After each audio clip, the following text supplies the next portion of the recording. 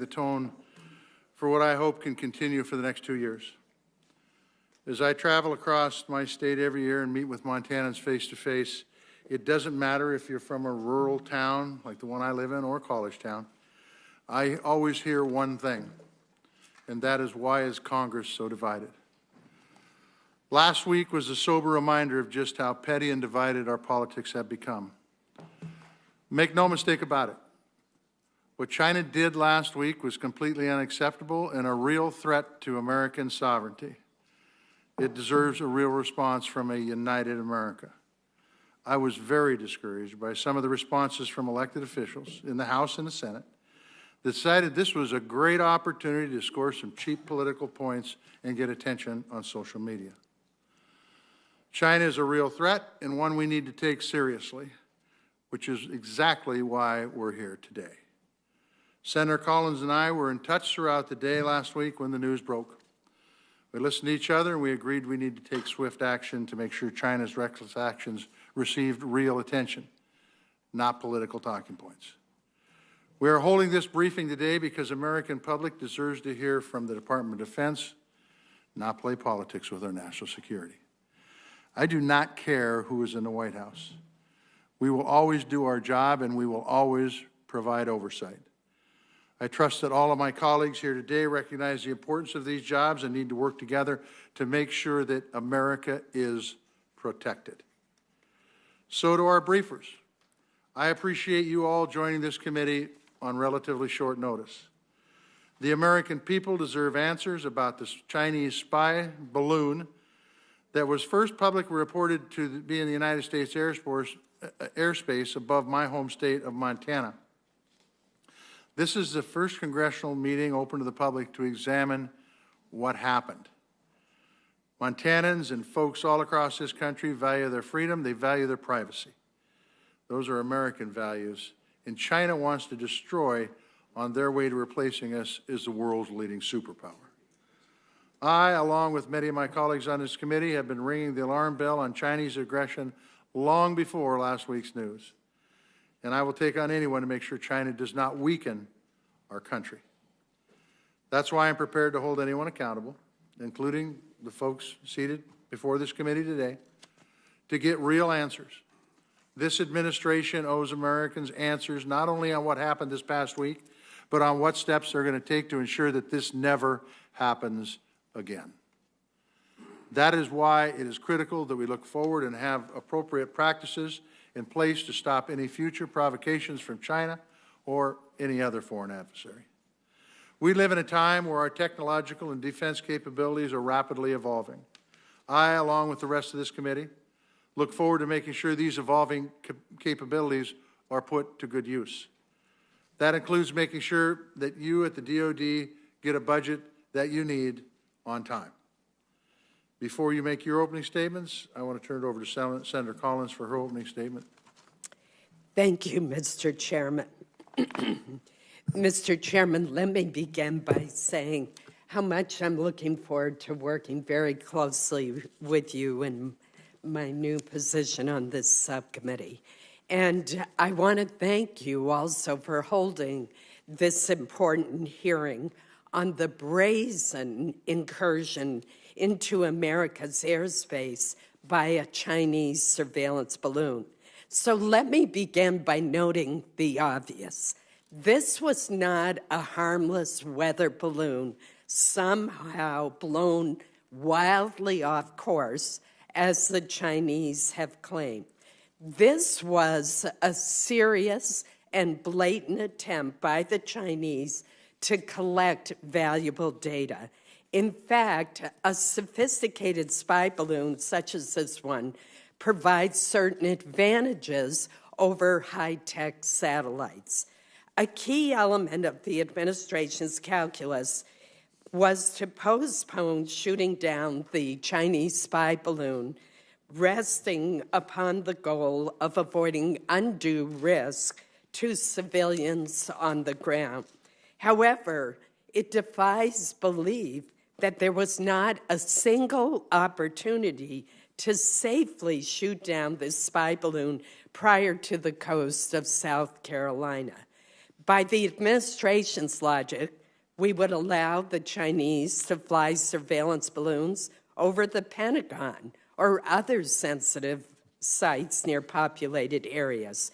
Obviously, every administration has an obligation to protect Americans on the ground, but also to defend U.S. airspace against incursions by known foreign surveillance aircraft. A related question involves the timeline for destroying the spy balloon. NORAD was tracking the balloon as it violated U.S. airspace over Alaska on January 28th. Yet deliberations with the president to shoot down the balloon apparently did not occur until 2 or 3 days later when it approached the lower 48 states. As the senator from Alaska would tell us all, Alaskan airspace is American airspace, period. This balloon could have been shot down, it seems to me, over remote areas in Alaska or our territorial waters surrounding Alaska. The best way to avoid conflict with China is for President Xi and the Chinese Communist Party to have no doubt regarding the resolve of the U.S. government to defend our territory and our interests. As the Secretary of State has said repeatedly, this incursion violated American sovereignty and international law. In my judgment, U.S. deterrence was weakened when the spy balloon was permitted to traverse Alaska and several other states, including hovering over sensitive military bases and assets. Finally, I share the concerns that the chairman has raised, that there was not a consistent answer. There was also not good communication between the administration and this committee. This incident highlights the ongoing and increasingly blatant threat to the United States posed by the People's Republic of China, which is a pacing threat not just for today, but for the foreseeable future. Ultimately, our subcommittee is responsible for making sure that the Department of Defense has the resources needed to keep America safe.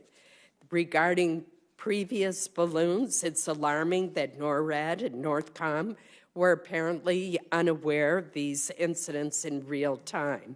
That exposes questions about whether there are unacceptable gaps in the military's ability to detect and address potential airborne threats. I look forward to hearing the testimony today and to better understanding how the department handled this surveillance and how it will handle future violations of U.S. airspace. Thank you, Mr. Chairman. Thank you, Vice Chair Collins, for those comments. We have 4 folks in front of us today.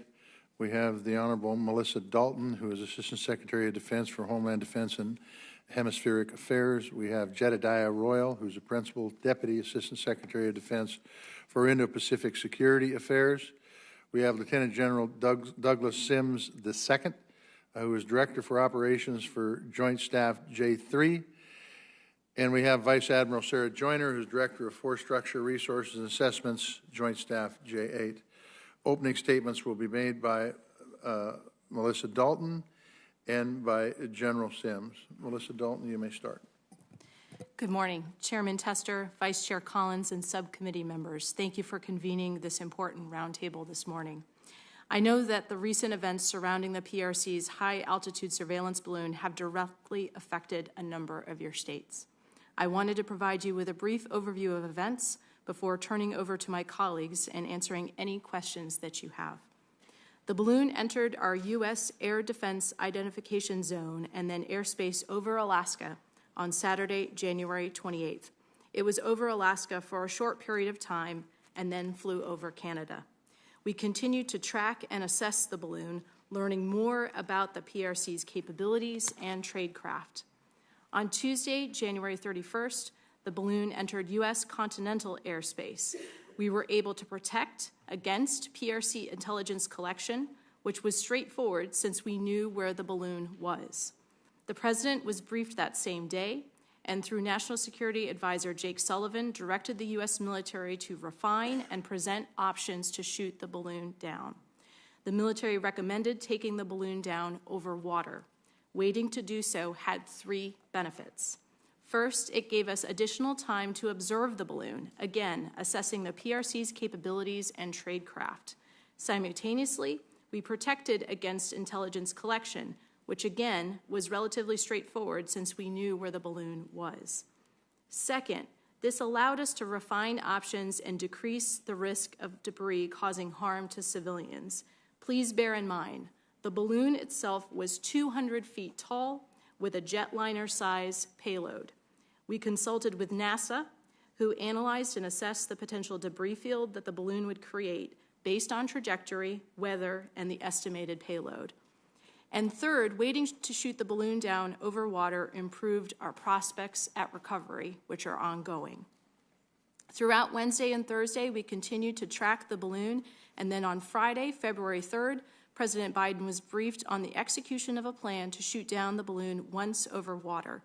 This plan included the air assets that we would use to take down the balloon, as well as the joint forces we would use to recover it.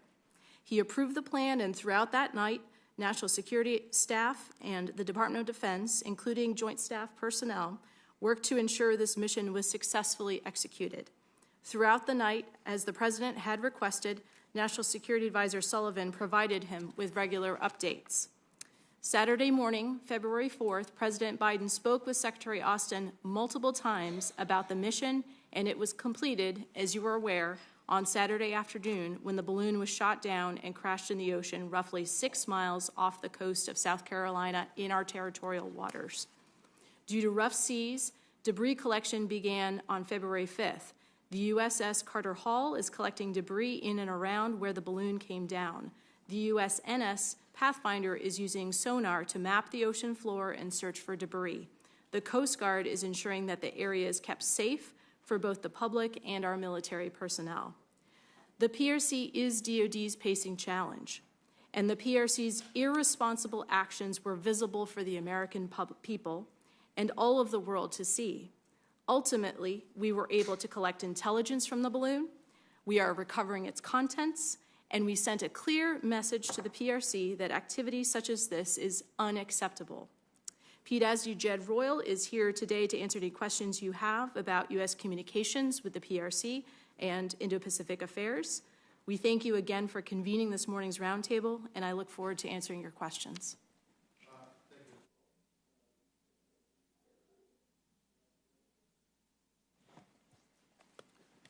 Chairman Tester, Vice Chairwoman Collins, ladies and gentlemen, good morning. I appreciate today's opportunity to update you on the U.S. military efforts related to the recent high-altitude balloon from the People's Republic of China. As Ms. Dalton noted, we acquired the balloon on January 28th. Following the radar acquisition of the balloon as it approached Alaska, and given the determination the balloon was not a threat to U.S. citizens or aviation traffic, and the lack of its ability to conduct significant intelligence collection at that time, the NORAD Northcom commander assessed and reported he would continue to observe and report the balloon's movements.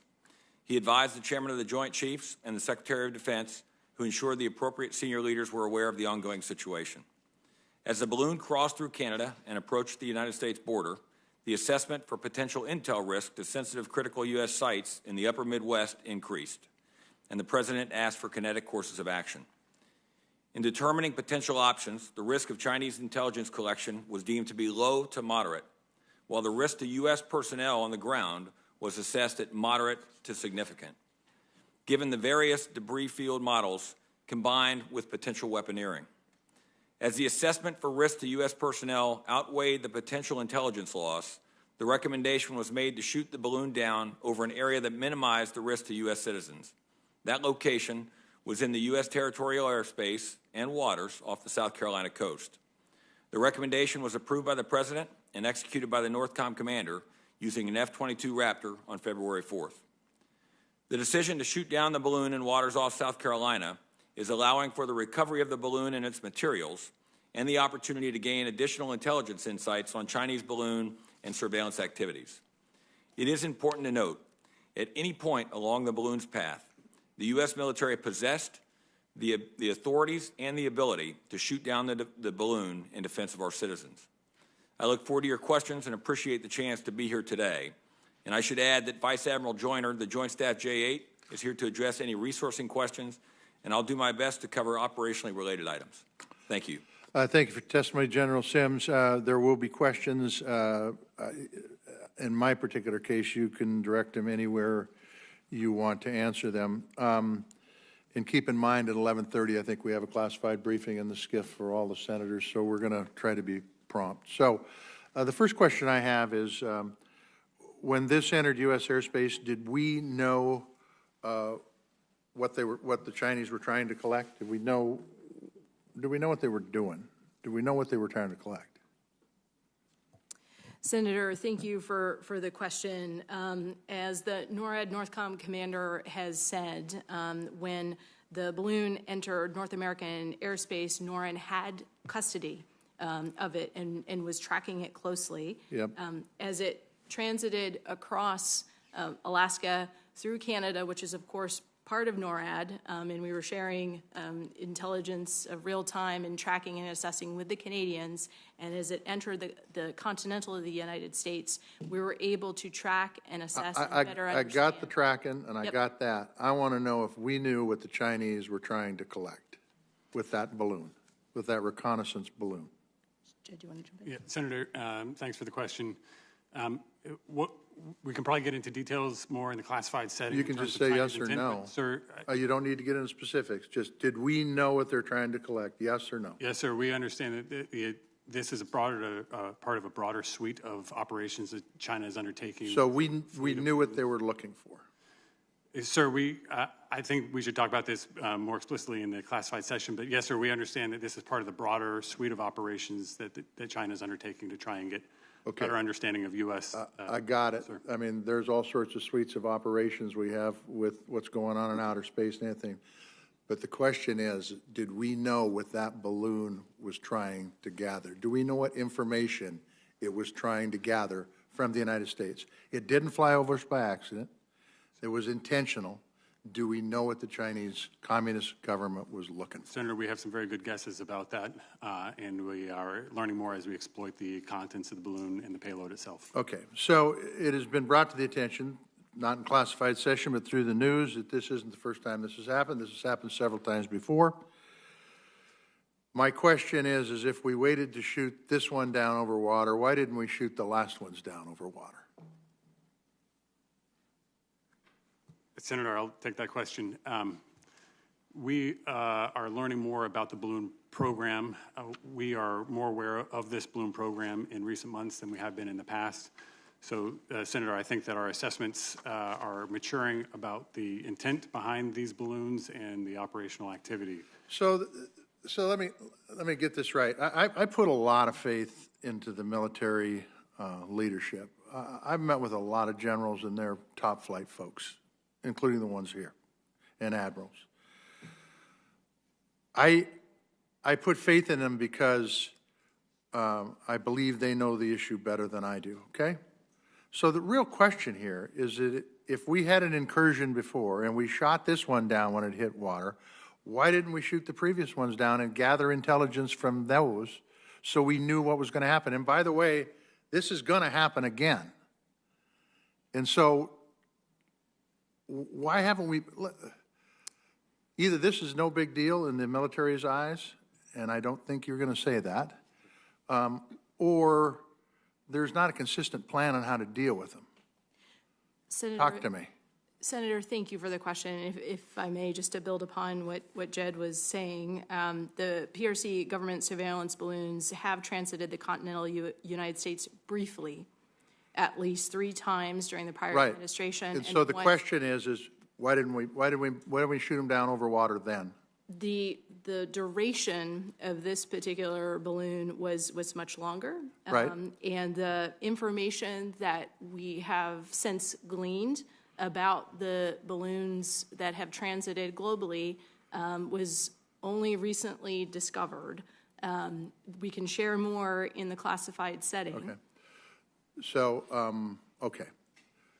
So we're talking about putting a budget together for the Defense Department. It was a really robust budget last cycle.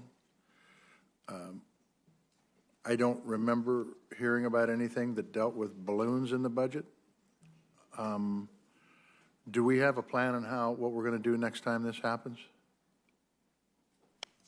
Senator, thank you. As you know, in the National Defense Strategy from 2022, the PRC is the pacing challenge. I know, but what about the balloons? I got all the other stuff, and we deal with it. Absolutely. Is there money in the budget, or if you're not into that, if you're not in that pay grade, Yep. do we have a plan for when this happens again and what we're going to do and when we're going to do it? I will tell you this, and I appreciate but the truth is, we think we know what they were going to collect. We don't know. That scares the hell out of me. Senator, thank you. It is incredibly serious, and please know, as we are recovering the balloon and learning more about it, and also kludging that with what we learned last week, we are building our understanding of what capabilities they have, what we need to do going forward. And what about, and I'm over time, and this is the last thing, so you can answer it, I hope. Do we have a plan for the next time it happens and how we're going to deal with it? Because quite frankly, I'll just tell you, I don't want a damn balloon going across the United States when we potentially could have taken it down over the Aleutian Islands, no offense to Alaska, or in some of the areas in Montana. And I understand public health. I understand doing damage. I understand that could have been a nightmare. But the truth is I got a problem with a Chinese balloon flying over my state, much less the rest of the country. Senator, absolutely. We sent a very clear message to the PRC when we shot it down in our sovereign airspace, in our sovereign waters, that has established that deterrent line. Jed, if you maybe turn to you in terms of communications with the PRC. Yes, thank you, ma'am. We continue to conduct outreach to the PRC. We conducted outreach during the course of the events last week and have attempted subsequently. Part of the plan is to encourage the Chinese administration to open their lines of communication. With you can tell the folks at 11:30 that in classified session, I want to know what our response is going to be for the next balloon that comes over, military response. Sir, thank you. Susan Collins. Thank you. Secretary Dalton, according to your testimony, January 31st appears to be the first time that President Biden was briefed by the Pentagon about the surveillance balloon, which had been violating U.S. and Canadian airspace since January 28th. Are you aware of any existing Department of Defense policy to treat violations of U.S. sovereign airspace over Alaska differently from violations over the lower 48 states? Senator Collins, no, I am not aware of such a policy. Alaska is part of the United States. Then what explains that delay, days of delay? Senator, on January 28th, when the balloon entered U.S. airspace over Alaska, the Pentagon was tracking it very closely through NORAD. NORAD had custody of it, and there were communications with the White House to apprise them of the balloon's Was the trajectory. president informed? I would have to defer to the White House in terms of internal White House According communications. to the White House press secretary, he was not, and according to the testimony that we heard, there were 3 to 4 days before he was informed. Senator, I would have to defer to the White House. Thank you. General Sims, the commander of NORAD and NORTHCOM recently said that when NORAD first detected the balloon as it approached Alaska, he determined that it was, in fact, a surveillance balloon, but that it did not present a physical military threat to North America. And he explained that he didn't take immediate action because it was not demonstrating hostile attack or hostile intent. Why wouldn't a foreign military surveillance aircraft violating U.S. airspace inherently be considered to have hostile intent? Ma'am, thank you for the question. I think, first of all, just to reiterate that General Van Herk did have all of the authorities necessary should he have determined it to have been a threat. The key piece here, I think, ma'am, is there was no hostile act or hostile intent. That would be the first. There was no impact to aviation routes, which would be another piece of that. The other would be there was no, at the time, there was no suspected impact to critical intelligence gathering ability in terms of infrastructure. That changed as the balloon as its path continued. That changed, and that's what prompted a different decision or a different conversation as it crossed into the United States. Well, Alaska has a lot of, and I'm going to leave this to my colleague, but a lot of sensitive military installations. Yes, ma'am. And the advantage of a balloon over a satellite is it can hover over those sensitive sites. Yes, ma'am. And throughout the path, and as somebody who lived for a couple of years in Alaska, throughout its path, ma'am, they were tracking exactly where it was in relation to that sensitive critical infrastructure and intelligence gathering capabilities. It was not near those locations, and as we reconstruct the path, we are not concerned with intelligence gathering in Alaska. And based on that, the assessment continued from NORAD Northcom to continue to observe and report. Well, it seems to me when you have a craft that's violating international airspace and you have sensitive military installations, whether they're in Hawaii or Alaska or the lower 48, we should treat it the same. Could you help educate the committee and the public on why China is using balloons and what benefits do they offer over satellites or other intelligence gathering platforms? Ma'am, I don't have a light on here. I don't know if You still have 40 seconds. Yes, ma'am. Ma'am, thank you. Ma'am, I think what we've learned is that there are some advantages. It can loiter, but what we think they gained was really very minor in comparison to what we think we can gain with low Earth, LEO, with low Earth orbiting. And that went into the conversation as everybody was working through the risk. And as I mentioned earlier, we deemed that risk as it moved from Alaska towards the lower 48. We deemed that risk to change a little. And we also knew that we had the ability to mitigate that risk. And we'll be able to talk to that further in the session following. But just to end, former Air Force General Charlie Moore, who is Deputy Commander of Cyber Command, just has pointed out that if you have a balloon that's moving extremely slowly, you have a persistence that you can't get from a satellite. Senator, if I may, just to add, because we knew where the balloon was tracking, we took measures to protect those sites per established protocols. That included sensitive communications and covering up certain facilities. Thank you. Thank you, Senator Collins. Next, we have the Chair of the Full Appropriations Committee, Senator Murray. Well, thank you very much, Senator Tester, for holding this briefing. And I just want to say that the Appropriations Committee is really lucky to have you at the helm here on the Defense Subcommittee, and I look forward to working with you and Senator Collins in this Congress.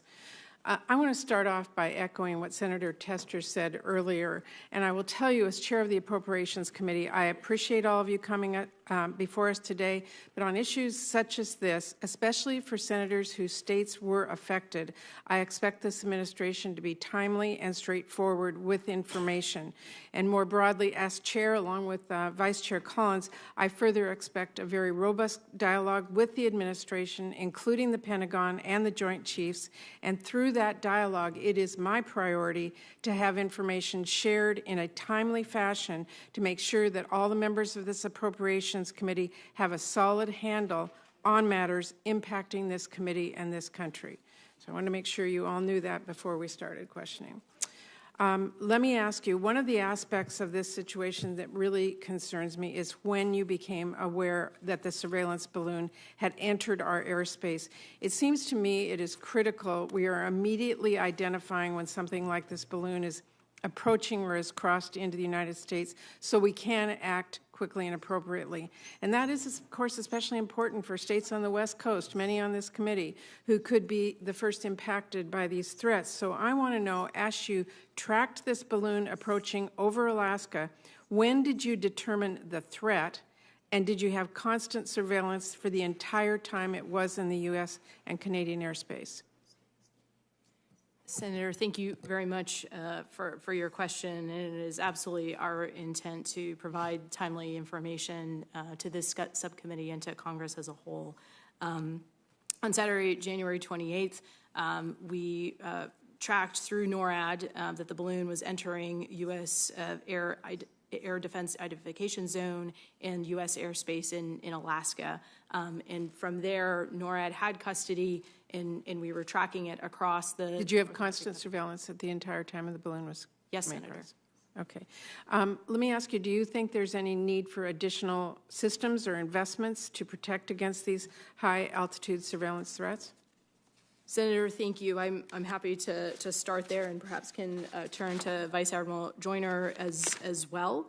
As General Van Herk has mentioned, the Department continues to be acutely aware of the need to enhance persistent surveillance of the aerospace and maritime approaches to North America.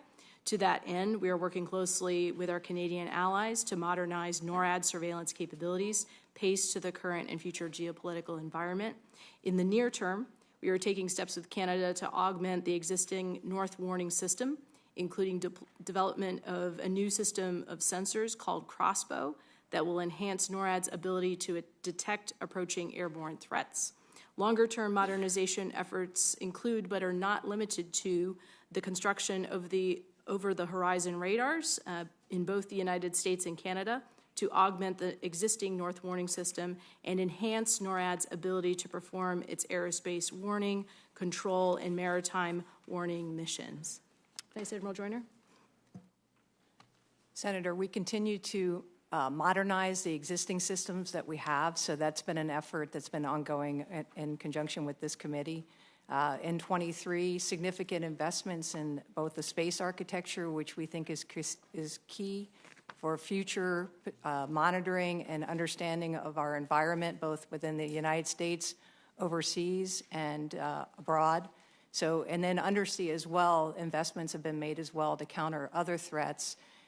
In integrated air and cruise missile defense, the committees and the Congress directed us to put forward an acquisition lead, and Air Force is now the acquisition lead for that effort. They're moving forward out on that mission. Army has the counter-UAS, and then the overall systems and the modernization of the over-the-horizon radars will enhance our ability to look long range and give us persistent forward look in partnership with our northern neighbors, NORAD, NORTHCOM. So the modernization is important. The existing systems can meet our needs. We continue to maintain and invest in maintaining those systems as we modernize.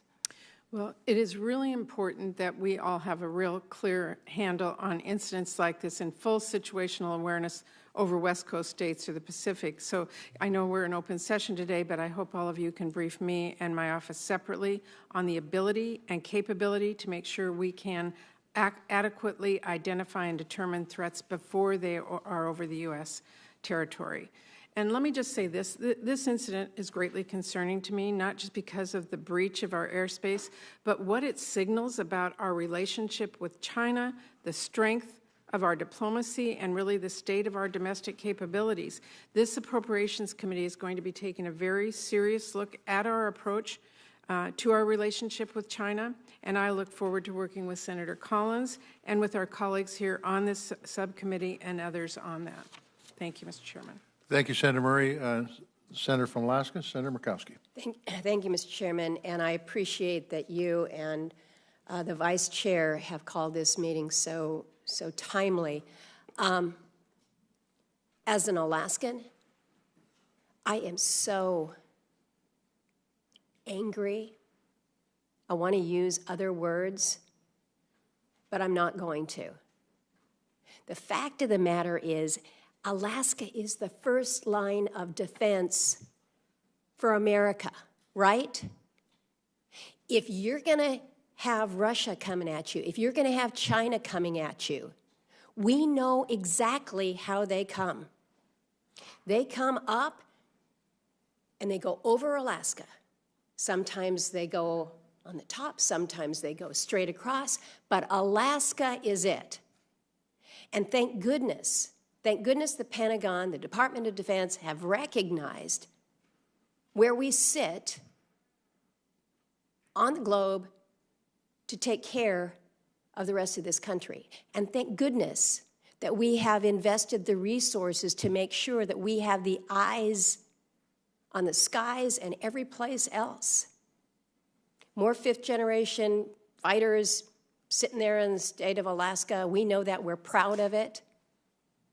Everything that we do to stay focused, whether it's Cobra Dane out in the Aleutians or whether it's Clear Air Force Base that has a long-range discrimination radar, or out in Greeley, where we have the ground-based missile defense, we're ready. We're ready, man. And to the point that Senator Collins makes, it's like this administration doesn't think that Alaska is any part of the rest of the country here. To get to the United States, you've got to come through Alaska. So when we see it first, as we did, as we all knew, and as you have suggested, Mr. Royal, I think you suggested, we knew when we first got eyes on this that this balloon was not a weather station. This was not collecting weather information. We knew that. And so think about it from Alaska's perspective. You said, Ms. Dalton, that the clear message here, we sent a clear message to the PRC when we shot this down in our sovereign waters. Seems to me the clear message to China is we got free range in Alaska, because they're going to let us cruise over that until it gets to more sensitive areas. Tell me where the sensitive areas are. Alaskans have stepped up willingly and support our military. But when we're talking about the sovereign waters and the sovereign territories of this country, Alaska is part of that. So I know we're going to have an opportunity for more information in the classified brief. I've already received one, and it was pretty thorough. And I think that the American public deserve more than they have seen in terms of transparency about why this spy balloon was allowed to spend 2 days over our waters and over the state of Alaska, the state that is the guardian for everybody else. And you're saying that at that time, there was not a threat to Alaska citizens or assets that we have, and that the risk assessment rose later as it was coming into the rest of the lower 48 there. You know, at what point do we say a surveillance balloon, a spy balloon coming from China is a threat to our sovereignty? It should be the minute it crosses the line, and that line is Alaska. The question that I have, and I apologize that it's taken me this long to get to the question, but I'm really concerned about what we have identified as these data gaps. We know that we have seen balloons previous that were also the surveillance balloons. We didn't realize until later, because we weren't able to do the analysis until later. This committee is the Appropriations Committee. If we need to spend the money to make sure that we don't have gaps in our own data, that what we see is clearly understood, we need to know how to fund that. So, Mr. Chairman, I'm over my time. I don't think we'll get the answers that we need here in this subcommittee, unfortunately. We're going to have to get them in closed hearing, but I think people in this country deserve to know why the state that is the first line of defense was not able to keep the rest of the country from being more vulnerable when it came to collection of intelligence as it flew over important installations. Thank you, Senator Murkowski. Senator from Hawaii, Senator Schatz. Thank you, Mr. Chairman. Thank you, Vice Chair. In terms of the sovereignty of our airspace, is there any distinction between non-contiguous states and the continental United States? No, Senator, there's not. In terms of the sovereignty of our airspace, is there any distinction to be made in terms of international law between a brief flyover and a lingering flyover? Senator, the basis for us to shoot down the balloon where we did had a strong grounding in both domestic and international law. Yeah, I'm just trying to figure out whether if they had been, you know, let's say they just clipped the corner of the Florida Peninsula, like let's say they just, you know, go over Hawaii for 10 minutes. Isn't that still a violation of international law? Isn't that still a violation of our airspace? And doesn't it merit the same kinetic action that was taken? It is still a violation of our airspace. Is DoD policy changing in this space? Senator, what I would say is that as we learn more about these balloons, there are global activities, as we are able to assess the collection capabilities of this particular high-altitude balloon through the recovery efforts, we are going to be assessing our overall posture and disposition and strategic approach. I respect the need to keep some of this classified, but we all understand that some of the desire to keep things classified has to do with not wanting to disclose to the public things that might be inconvenient politically for the department.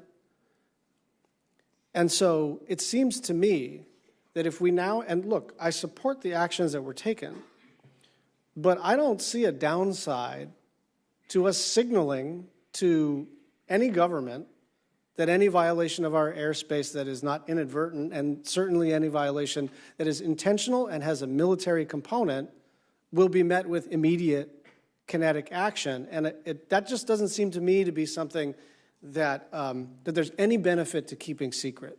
Senator, that is not our intent, and I do believe we have sent that signal.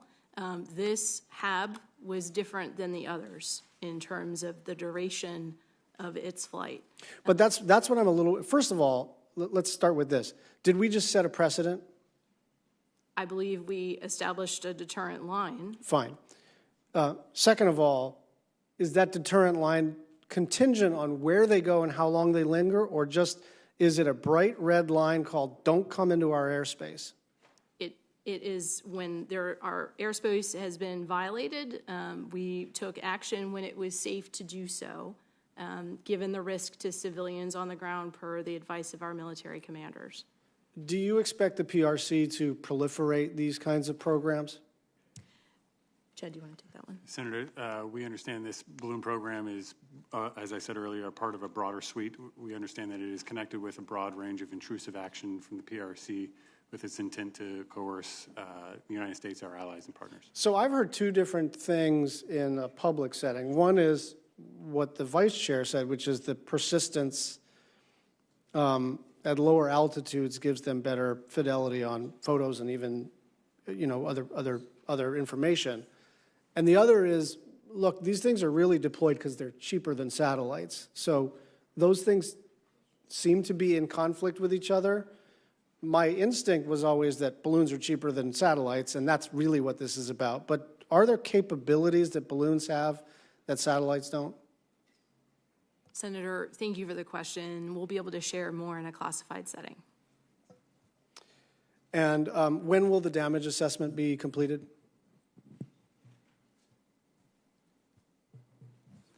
Thank you. So that's ongoing now. We continue to recover. We recover pieces each day. I think we're thinking days to weeks in terms of everything, but it does continue in conjunction with the FBI. So I would like to offer a military perspective to your comment about. Sure, you have 22 seconds. Yes, sir. So I think, having been in places where once you take a shot, you can't get it back, I think it's important for us to remember that if we establish that precedent may be met, we may meet the same precedent, in which case, as opposed to thinking and looking and then reacting, we may create something in which we are, is to our detriment. Fair enough. Senator from North Dakota, Senator Hoeven. Secretary Dalton, I just was listening to one of your responses and then spoke with Senator Murkowski. If you had the opportunity to shoot the Chinese spy balloon down either over the remote mountains of Alaska or over water near Alaska, why didn't you? Why is it okay to have the Chinese fly some type of aircraft over Alaskan airspace? Sir, let me walk water to land first. The first would be, in terms of the water, General Van Erck again assessed that it was not there was no hostile act, hostile intent, or potential impact to critical intelligence capabilities. More so, he was continuing to characterize the system. And it's for us now, looking back, there is an assertion that we were absolutely certain that it was, in fact, conducting surveillance or intended to go in a certain space, and we'll talk more about that in the next session. But those were thoughtful actions. The other piece I would add, over the land of Alaska, sir, we spend a lot of time, as you know, determining where we will take a shot in combat when we're fighting people who are fighting against us, and we work our way to a near zero probability of collateral damage when we take that shot. Although Alaska is in places not as inhabited as other places, it is inhabited. And at that time, we didn't understand through the modeling, if we shot that, what it would do on the ground. Ultimately, it came back to maybe a 20-mile by 20-mile piece of ground. And without being able to clear that, we wouldn't do that in combat, sir. And I think in this case, we certainly didn't want to take that chance with Alaskans or any other Americans throughout the flight path. So we created a situation now where our adversaries are going to kind of try to figure out what they can and can't fly over our airspace. Well, maybe a balloon. What are they going to try next? UAV, UAS? Or, I mean, is that where we're at now? They're going to all try to figure. I mean, the Russians test our airspace all the time, and you scramble fighters to interdict them because you're saying nothing can fly over our airspace. That's sovereign airspace. So now we're in a new day where our adversaries get to try to figure out what you're going to let fly over and what you're not? No, sir. Sir, I think, and kind of back to Senator Tester's earlier comment, I would say, first of all, we are certainly grateful for the support from this committee and for your trust, sir.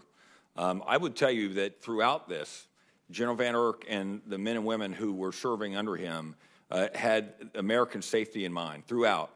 And at any moment, had it presented some sort of intent to hurt Americans, they would have taken that balloon out of the sky. It would have happened. I would tell you that is the same should something else happen. General Van Erck, the rest of the military stands ready, whatever threats come. But we do expect that they will assess and report.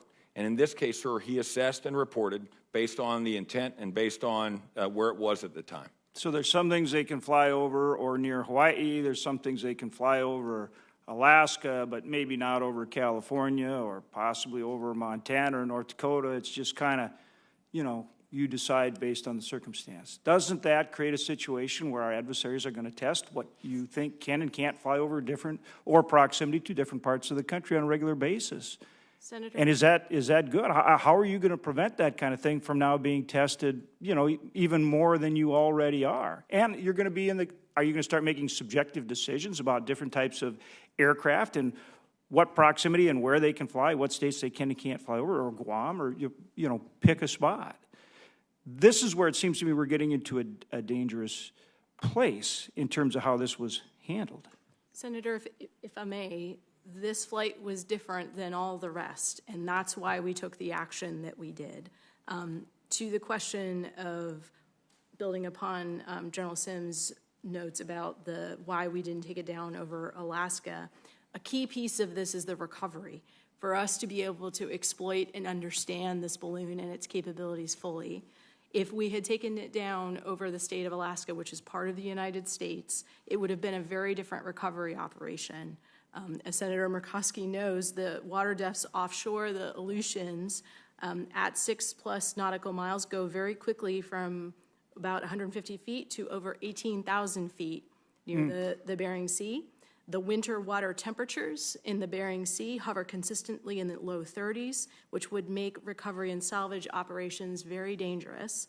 Additionally, the northern portion of the Bering Sea has ice cover, which can be extremely dangerous, which would induce additional risk. So again, a key part of the calculus for this operation was the ability to salvage, understand, and exploit the capabilities of the high-altitude balloon, and we look forward to sharing that with you in a classified session and also openly as we learn more. With the indulgence of the chairman, just finishing up here, those are the kind of things I think are important. People want to understand that. People support our men and women in uniform. We appreciate what you do. We owe you our lives, and we are deeply thankful for that. But Americans don't understand this situation, and so they need to understand why the decisions were made that were made, and whether or not that is what is best for national security. And just the final quick question is, could that balloon not be forced down some way other than shooting it down? Obviously, we have aircraft that can exceed that altitude, and so just a final question: couldn't that have been forced down some way rather than shooting it down, which would have, in a lot of ways, been better? You avoid the risk to people on the ground, and you get it intact. Yes, sir. Sir, and we'll talk in the next session, I believe, about some thoughts. We didn't have the ability to capture the balloon or bring the balloon down with a particular munition that we thought would make it less dangerous. And quite frankly, we didn't know where it would go if we were to somehow impact its flight path at that point. In terms of our ability to control it and what it would do if it hit the ground. But that's a great question, sir, and I think we'll address that greater in the next session. Thank you. Yeah, so Secretary Blinken canceled a planned trip to Beijing over this incident. The Chinese lost their balloon that nobody believed was a weather balloon, as the Chinese public has stated. Is in your estimation that this was an error by the Chinese government, or was this planned? Senator, we're continuing to make assessments on the Chinese intent for this specific operation, and we'll have further to share in the classified setting along the specific intent. I think it would be false to try to characterize this operation as purely a mistake. My understanding, sir, is that this is consistent with a broader set of actions China's undertaking to intrude our sovereign territory and those of our allies and partners. So, generally speaking, as this balloon went over Alaska, Canada, and the United States, who got the most information out of this, the Chinese or us? Sir, I don't have a judgment or evaluation to pass along those lines for you right now. I do believe that the United States collection on this particular balloon and on the broader program is ongoing and is significant. Okay. Senator Hoeven said something that is true not only for the American people, it's true for us. We don't understand. We don't understand because, quite frankly, we have been briefed in this committee over and over and over again about the risks that China poses, both economically and militarily. We know for a fact, going back to Senator Schatz's comments, that there have been brief incursions on our airspace. We didn't do anything about that. We also know that China tends to push the envelope all the time until a line has set down. It should not have been a surprise that China did this, because nothing happened before, at least to our knowledge. Nothing's happened before to them for these overflights.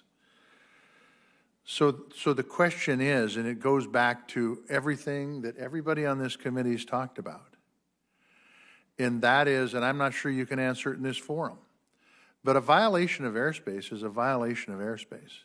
And to know absolutely that this was of no military threat to us, boy, I want to hear more about that in classified session too, because quite frankly, I'm not sure that you can say that unequivocally.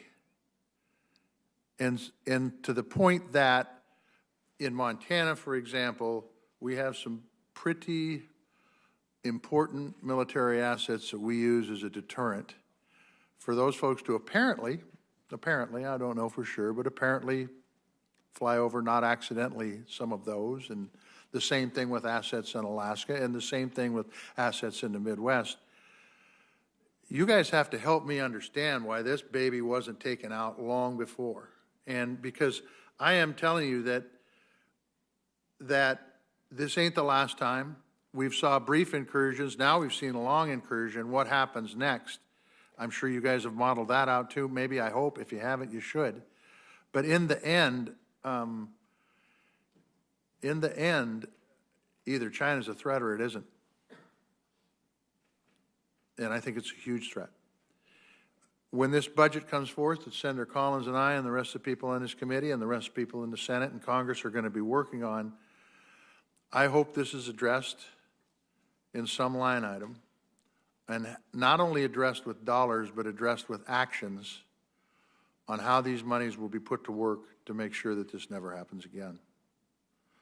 Because quite honestly, and I get it, you guys have a tough job, by the way, and as I said in my opening statement, you guys, the folks who are the military, whether rank and file or the leadership or the salt of the earth, but we really do depend upon you to make the right decision.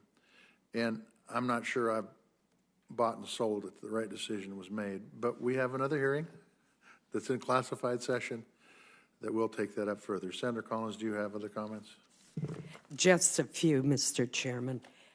First, I would associate myself with everything that you just said and the other members of the committee. I think you hear great frustration and a great deal of concern about the message that has been sent to China. General, as I look through publicly available sources at the flight of this balloon and the bases and sensitive military sites that it passed over, its flight pattern clearly is not accidental. Would you agree with that? Ma'am, I honestly, I do have some thoughts on that will be in the next session. But you're right. The flight path took it over areas that we would think were concerning, and we are pretty certain we mitigated those, and we'll discuss that in the next session. Okay, I look forward to hearing the specifics on that. I want to go back to Senator Murkowski's point about Alaska. The U.S. airspace over and around Alaska is known as the Alaska Air Defense Identification Zone.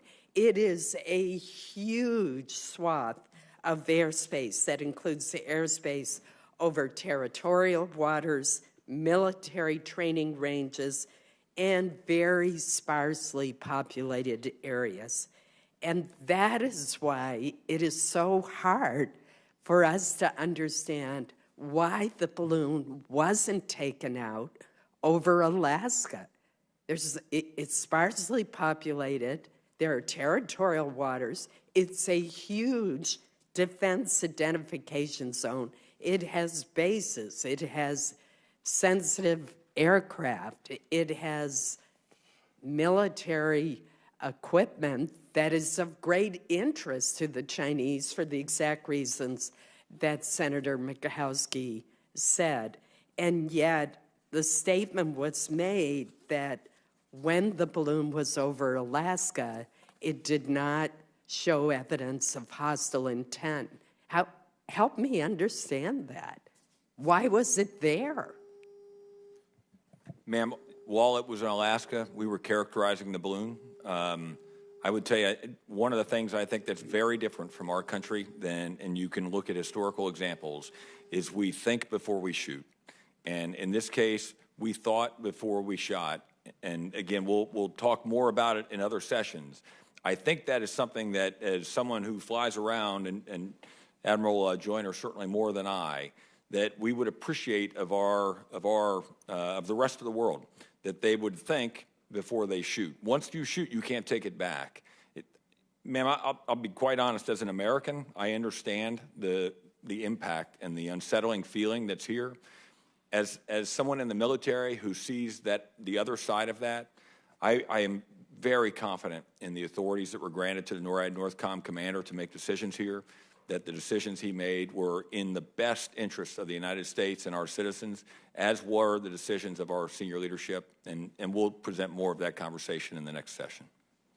I'm not implying that we want to be anything like the Chinese government in asking this question.